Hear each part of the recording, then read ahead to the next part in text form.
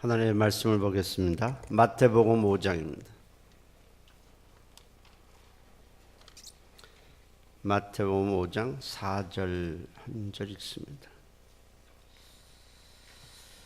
마태복음 5장 4절입니다. 함께 읽습니다. 애통하는 자는 복이 있나니 그들이 위로를 받을 것임이요. 했습니다. 애통하는 자는 복이 있다. 그들이 하나님의 위로를 받을 것이다. 애통하는 이유는 여러 가지가 있을 텐데 여기서 본문에 애통이라는 것은 죄 때문에 하나님 앞에서 아파하는 것입니다. 하나님 앞에 나와서 마음을 찢고 울며 회개하라, 그런 뜻입니다. 그러면 하나님의 위로를 받는다. 그러니까 우리는 애통함을 부지런히 하나님 앞에 심어야 하나님의 위로가 있습니다. 불의한 것 때문에 애통해하고 죄 때문에 애통해하고 정직하지 못한 것에 애통해하고 불성실한 것을 애통해하고 악한 삶을 사는 것을 애통해하고 겸손하지 못함도 애통해하고 참 회개에는 사실 애통함이 있게 마련입니다. 이렇게 애통하면 하나님은 우리를 멸시하지 아니하고 우리를 받아주시고 위로해 주신다, 이렇게 말씀을 하십니다. 다윗은 왕이 된 후에 우리아의 아내 밧세바를 취했고 그 남편 우리아를 군대 장관인 요압을 통해서 살인 교사를 했습니다. 그러자 하나님이 이 나단 선지자를 통해서 다윗을 책망하자 다윗이 그냥 왕위에서 내려와서 무릎을 꿇고 통의 자복을 합니다. 그 내용이 시편 51편에 기록이 되어 있습니다. 그 내용을 잠깐 보면 하나님이여 내게 은혜를 베푸시며 주의 많은 긍휼을 따라 내 죄악을 지워 주소서. 나는 내 죄가를 나오니 내 죄가 항상 내 앞에 있나이다. 내가 죄악 중에 출생하였음이니이다. 주의 얼굴을 내 죄에서 돌이키시고 내 모든 죄악을 지워 주소서. 나를 주 앞에서 쫓아내지 마시며 주의 성령을 내게서 거두지 마소서. 하나님이여 나의 구원의 하나님이여 피 흘린 죄에서 나를 건지소서. 이렇게 막 애통해하면서 하나님 앞에 통의 자복을 합니다. 그리고 마지막에는 하나님이여 상하고 통회하는 마음을 주께서 멸시하지 아니하시리다. 하나님은 막 너무 애통해하고 회개하는 다윗을 약간의 징계를 하십니다. 하나님의 영광을 위해서 또 다음을 위해서 징계는 하셨지만은 이런 애통해하는 아주 엄청난 죄를 저질렀음에도 불구하고 다윗을 용서해 주시고 왕에서 쫓아내 주시지 않았습니다. 참 그런 걸 보면 하나님은 자비하신 하나님이에요. 지금 우리나라를 보면 사실 경제적인 여건이 굉장히 좋아졌습니다. 그래서 방탕과 과소비가 굉장히 많이 심해지지만은 애통하는 마음이 없어요. 사실 IMF를 한번 겪었는데도 애통하는 마음이 다시 또 없어졌습니다. 하나님이 축복하시는 민족은 애통하는 민족이에요. 애통하지 아니하면 발전이 없어요. 신앙생활도 마찬가지입니다. 이만하면 괜찮다, 이만하면 그 나름대로 한다 하는 사람에겐 사실 성장이 없습니다. 현재 우리나라 교회와 예전의 교회를 비교하면 참 차이가 많아요. 옛날 교회는 모일 때마다 애통함이 있었습니다. 그리고 눈물을 흘리며 회개하는 그 모습이 예배 때마다 있었다고 그래요. 부흥 집회를 열면은 눈물바다가 되기 일쑤였는데 지금은 그렇지 않아요. 애통하는 마음이 별로 없습니다. 부흥 강사님의 말을 들으면 이전과는 너무 다르대요. 가서 집회를 열어도 너무 다르다. 그러니까 회개의 눈물이 말라졌다는 겁니다.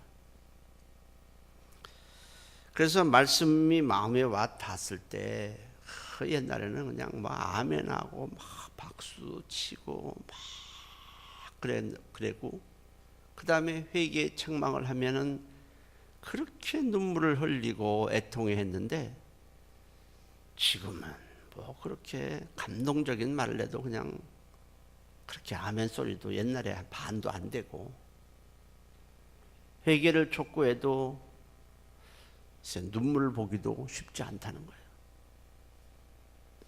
그래서 요새는 부흥 집회도 재미가 없대. 뭐 재미로 하는 건 아니겠지만 이제 표현이 그렇습니다.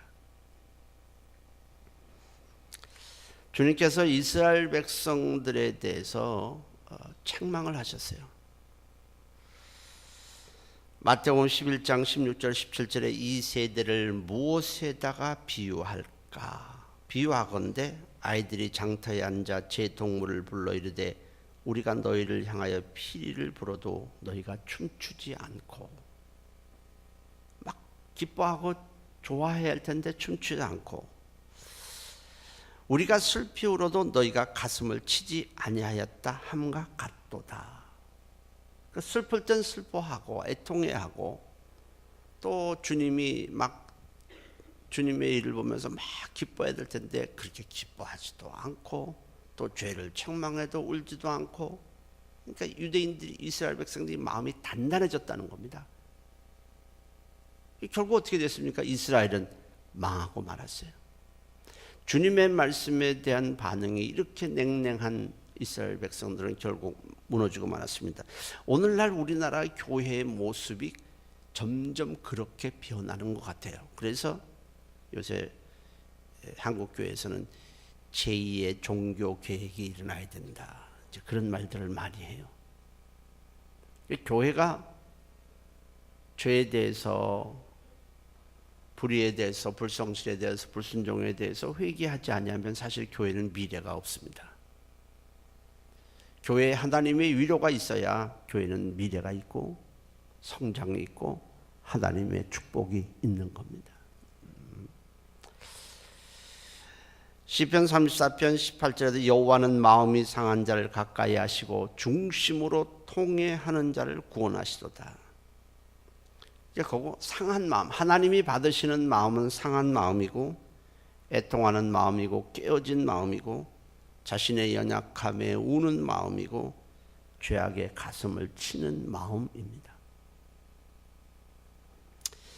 애통하는 자가 복이 있는 것은 하나님의 위로의 손길이 그에게 다가와서 그를 세워주기 때문입니다. 하나님의 위로가 있기를 정말 바란다면 애통을 심어야 합니다. 가정에 하나님의 위로가 있기를 바란다. 그러면 애통해야 되고, 자녀가 잘 되기를 바란다면 우리는 하나님께 애통해야 합니다. 그러면 하나님의 위로가 있을 거예요. 하나님은 애통하는 자에게 어떤 방법으로든지 위로의 손길을 보내주신다, 이렇게 말씀을 하세요.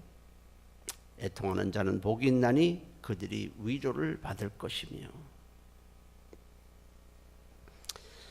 자녀가 마음이 아파서 울면은 부모가 가만히 있는 부모가 없듯이 우리가 애통해하면, 하나님의 자녀가 된 우리가 애통해하면 하나님은 절대로 가만히 있지 않아요. 주일날도 설교를 이렇게 해서 해보면 이거는 좀 말씀을 들으면서 굉장히 기뻐하겠다. 근데도 얼굴에 변화가 없어요. 이 설교를 하게 되면 성도들이 마음이 막 회개 기도하겠구나. 그러면 근데도 아무 감각이 없어요. 이런 경우를 참 보면 마음이 아프죠. 요나서에 보면 아수르가 나와요. 아수르의 수도 니느웨에 대해서 나오는데 이 아수르는 우리가 생각하기보다 훨씬 악하고 잔인한 민족이에요. 다른 나라를 침략해서 빼앗고 죽이고 노예 삼는 일을 서슴지 않은 것은 물론이지만 기록에 의하면 아수르는 전쟁 연습을 할 때에 담력을 키우기 위해서 사람을 상대로 전쟁 연습을 했다고 그래요. 그러니까 사람을 산채로 묶어놓는 거예요. 묶어놓고 그냥 산 사람을 찌르는 겁니다. 그리고 어디에 찔러야 치명상을 입고 어디에 저걸 해야 되는지 이렇게 실전 연습을 사람을 잡아다가 세워놓고 그렇게 전쟁 연습을 했다고 해요. 그러니까 아주 굉장히 잔인한 민족이죠. 그렇지만 요나가 가서 저들에게 하나님의 심판을 외쳤을 때에 저들이 왕을 비롯해서 온 백성이 금식하면서 애통해하면서 회개했을 때 하나님은 이 아수르 민족을 위로해 주었습니다. 그 나라를 망하지 않게 해주셨습니다. 역사상 기록에 의하면 아수르처럼 잔인한 민족이 없었다고 그래요. 그리고 심지어 산 애를 던져서 또 칼로 이렇게 하고 아주 굉장히 잔인하다는 거죠.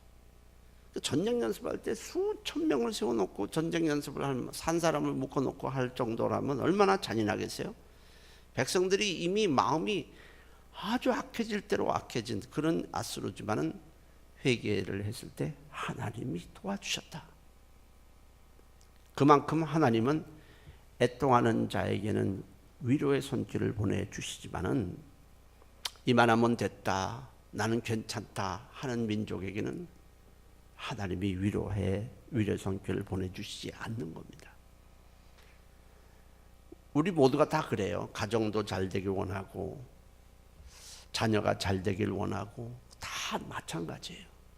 그렇다면 이제부터는 애통을 심으시기를 바랍니다. 하나님은 회개하지 않는 민족에는 위로의 손길을 내밀지 않지만은 회개하는 민족에게는 내일을 열어주시고 도와주시고 위로해 주시는 것입니다.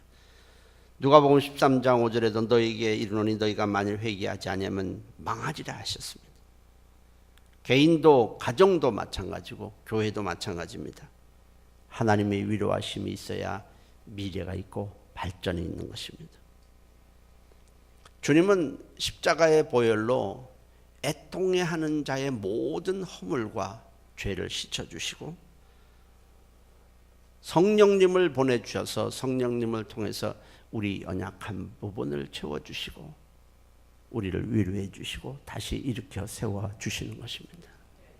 그러니까 결국 십자가의 보혈과 성령의 역사는 가만히 있는 자에게는 있지 않아요.